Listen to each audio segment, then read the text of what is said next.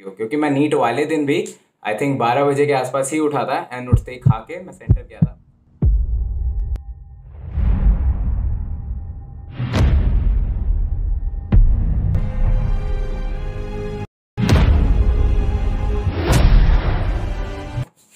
Hi everyone, I am Akshat Kaushik, a first year UG MBBS student at AIIMS Delhi, and today I am here at this channel Dream Doctor to answer some of the very frequent questions जो आप सब लोग मुझसे पूछते हो and आपको I hope आखिरी के इन दिनों में जब हम नीट के इतने पास हैं then you might actually gain some help from it. Okay, so I made a list of all the points that I want to discuss with you so that I can't miss any of them and you will get all the knowledge that I want to share here with you. So just watch the whole video and आपको I hope कुछ सीखने को मिले. Okay जब हम बात करते हैं ये आखिरी के 40-30 डेज की then we all have books like crash courses और even proper crash courses offered by different coaching. So when people ask me कि भैया मैं कोई क्रैश कोर्स कर लूँ या मैं खुद पढ़ाई करूँ, so I believe this is a very very frequently asked out.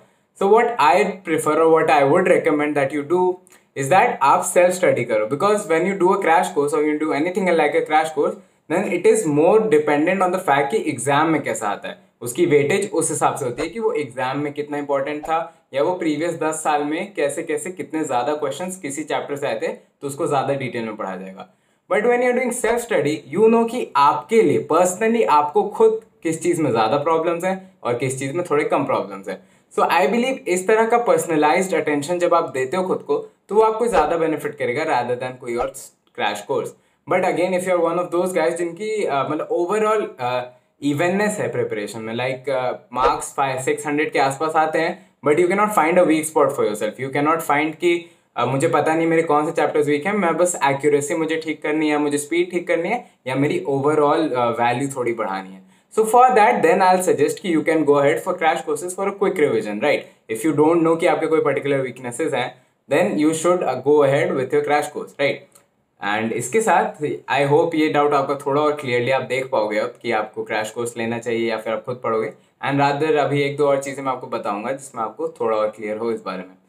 And last और कुछ दिनों में जो एक्स्ट्रा टिप्स आप यूज़ कर सकते हो which I have really really emphasise on कि मैंने ये चीज़ों का ख्याल तो एकदम ही रखा था, इज दैट हम सब जानते हैं नीट 2 से 5 होता है.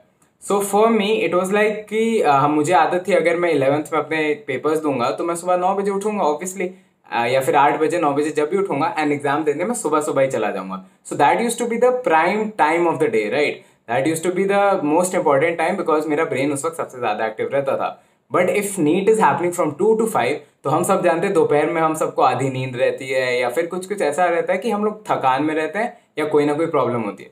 So what I highly recommend that you can try for may be a week and see if it works for you is that आप अपने स्लीप शेड्यूल को थोड़ा आगे करो. आप ऐसा करो कि आप सुबह 11 बजे 12 बजे के आसपास उठते हो.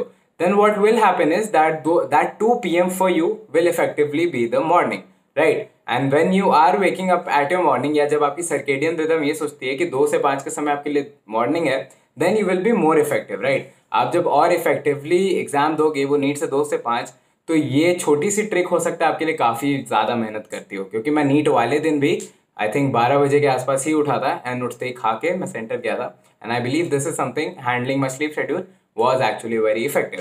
एंड अपार्ट फ्रॉम दैट बहुत लोग क्या करते हैं कि नीट के चक्कर में वो लोग आखिरी दिनों पे सोना छोड़ देते हैं. वो लोग सिर्फ 4 घंटे सोते हैं और रिविजन खूब सारा करते हैं, सोचते हैं मैं ज़्यादा पढ़ूंगा मैं ज़्यादा पढ़ूंगा. ठीक है, it is very important that you study a lot during the last few days, but I highly recommend और highly pinpoint this fact कि don't underestimate your sleep. Sleep is a thing जो हमें हमारी memories को save भी करता है and हमें नए मेमोरीज के लिए रिसेप्टिव भी बनाता है. So overall sleep is the single most important thing to do even more than your revision और पढ़ाई जो आपको कवर करनी है इन आखिरी दिनों में एंड स्पेशली और वेरी लास्ट डे जो एग्जाम से एक दिन पहले. तो ऑब्वियसली हम सबको कुछ ना कुछ एंग्जाइटी होगी.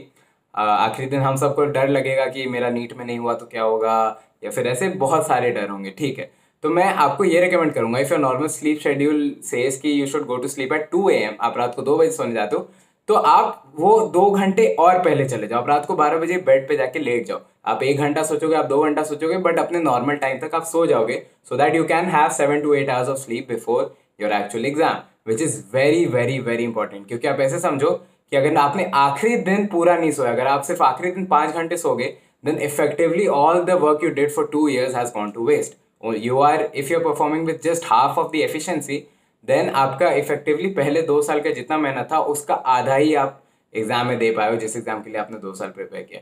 सो आई बिलीव आप अब थोड़ा समझ सकते हो कि स्लीप आपके लिए कितना ज़्यादा इंपॉर्टेंट है, बिकॉज वी ऑल नो और वी ऑल कैन फील कि एक दिन भी हम अच्छे से नहीं सोते हैं तो वो हमारे चेहरे पे दिखता है कि हम लोग स्लीप डिप्राइव्ड हैं या हम लोग में उतनी एनर्जी नहीं है, and we could have done better than we are doing if we had more sleep. So always sleep is first priority, then comes पढ़ाई, एंड पढ़ाई से भी पहले मैं तो कहूँगा टेस्ट। ओके राइट, सो फिर ये मेरे को नेक्स्ट पॉइंट पे लाता है कि मॉक टेस्ट।